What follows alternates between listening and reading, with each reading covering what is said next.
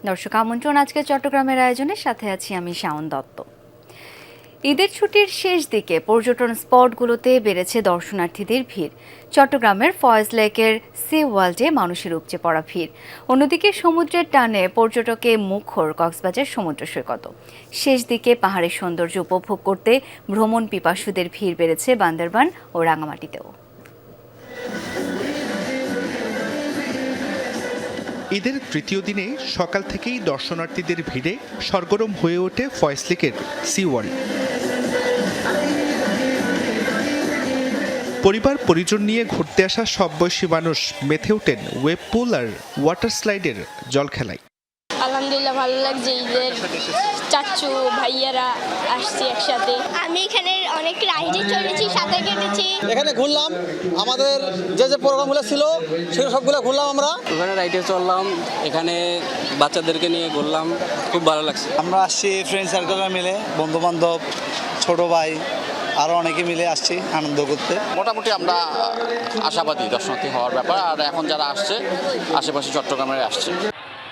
কক্সবাজারে সমুদ্রের উত্তাল ঢেউয়ের সাথেই তাল মিলিয়ে আনন্দে মেতে উঠেছেন পর্যটকরা। ঈদের ছুটিতে দেশের বিভিন্ন প্রান্ত থেকে পরিবার পরিজন ও বন্ধুদের নিয়ে ছুটে এসেছেন সবাই। সমুদ্র সৈকত ভালো লাগে, তারপর কক্সবাজারের কালচার ভালো লাগে। এবার ঈদের ছুটিটা অনেক লম্বা ছিল, আমরা এনজয় করার জন্য ঈদের দিন রাতেই চলে আসছি। আমাদের ফ্যামিলি আমাদের নিয়ে আসছে, আমাদের মাইন্ডটা যাতে ফ্রেশ থাকে আর ঈদের ঘোরাঘুরি করার জন্য। আরও 2-3 দিন থাকবো। প্রতি ঈদে আমরা আসি, অনেক ভালো লাগে এখানে। সাগর বা সমুদ্র সৈকত যেটাই বলি, এটা এমন একটা জাদু বা এমন একটা মোহমুগ্ধতা বলবো, যেটা আসলে সকল মানুষকেই টান। আমার আম্মুর সাথে, আমার ফ্যামিলির সাথে, আমার আব্বু আসছে, আমার ভাই বোন সবার সাথে খুব আনন্দ লাগছে। এটা আমাদের ফার্স্ট টাইম আর কি জানি, কিন্তু খুবই ভালো লাগছে আর কি ঈদের বন্ধে। অনেক মানুষ সাথে স্যান্ড ক্যাসেল বানায়, তাই আমিও বিচে এসে স্যান্ড ক্যাসেল বানাচ্ছিলাম। বান্দরবানের মেঘলা, নীলাচল, নীলগিরি, বগালে, কেওক্রাডং সহ বিভিন্ন স্পটে এখন পর্যটকের উপচে পড়া ভিড়। পার্বত্য জেলার রাঙামাটিতেও পর্যটকদের আগমন বেড়েছে। হোটেল মোটেলে বেড়েছে বুকিং, ব্যবসা বাণিজ্যে বেড়েছে গতি। ফিলিংসটা এটা বলে বোঝাতে পারবো না, আমার এত ভালো লাগছে। মনে হচ্ছে আকাশের মধ্যেই রয়েছে, কিছুটা মেঘ মেঘও ফিল হচ্ছে। তো পরিবার নিয়ে আসলে প্রকৃতির খুব সান্নিধ্যে আসার জন্য আসলে বান্দরবনে ছুটে আসা। তো এখানে বা মেঘনাতে ঘোরা হয়েছে, খুব ভালো লাগছে। অন্যান্য পার্বত্য অঞ্চলের তুলনায় অনেক বেশি সুন্দর এবং অনেক বেশি পরিষ্কার রাখার চেষ্টা করছে। আইন শৃঙ্খলা পরিস্থিতি ভালো, আমরা টুরিস্ট পুলিশ প্লাস জেলা পুলিশ সার্বক্ষণিকভাবে টুরিস্টদের নিরাপত্তায় নিয়োজিত আছি। এছাড়া ঈদের ছুটিতে দেশের বিভিন্ন প্রান্ত থেকে পাহাড়ের প্রাণ প্রকৃতি উপভোগ করতে পর্যটকরা ভিড় করেছেন রাঙামাটির সাজেকে। জুবাইর রিফাত, যমুনা নিউজ। ঈদের ছুটিতে পর্যটন ও দর্শনীয় স্থানগুলোতে ভিড় করছে মানুষ, যেন তিল ধারণের ঠাঁই নেই কক্সবাজারে। কলাতলী, সুগন্ধা ও লাবণী পয়েন্টে পর্যটকদের উপচে পড়া ভিড়। পরিবার পরিজন নিয়ে উপভোগ করছেন সমুদ্রের নীল জলরাশি। এ বিষয়ে আরও জানবো, এই মুহূর্তে যুক্ত হচ্ছেন সহকর্মী এহসান আল কুতুবী। এহসান, সমুদ্রে সৈকতে ভ্রমণ পিপাসুদের আনাগোনা কেমন দেখছেন এই মুহূর্তে? হোটেল মোটেলগুলোতে বুকিংয়ের কি অবস্থা? সব মিলিয়ে জানাবেন কি অবস্থা দেখছেন।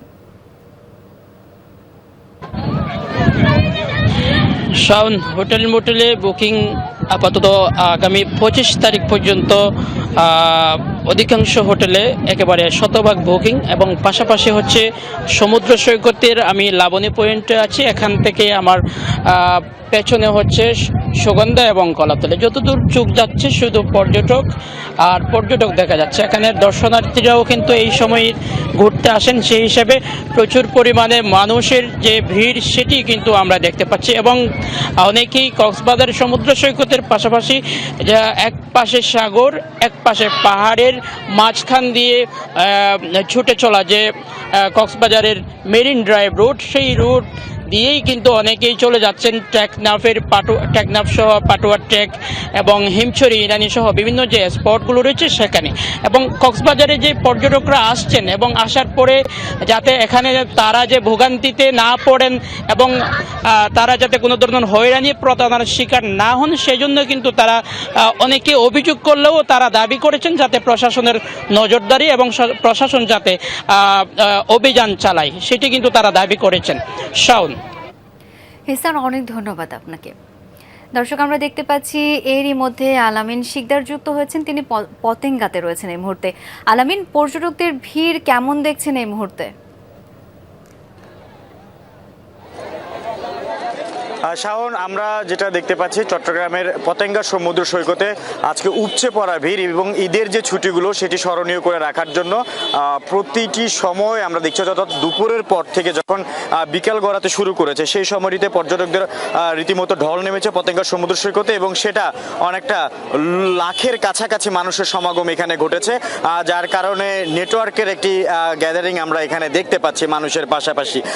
এই যে যারা আসছেন এখানে সবাই কিন্তু ঈদের ছুটিটাকে স্মরণীয় করে রাখার জন্য এই জায়গাটিতে আসছেন এবং আনন্দময় সময় কাটাচ্ছেন এবং সময়টিকে আরো আনন্দময় স্মৃতিমধুর রাখার স্মরণীয় রাখার জন্য আমরা অনেকে পতেঙ্গা সমুদ্র সৈকতে বুকে অর্থাৎ সাগরের বুকে চষে বেড়ানোর জন্য তারা স্পিড বোটে করে ঘুরছেন, কেউ ঘোড়ায় চড়ছেন।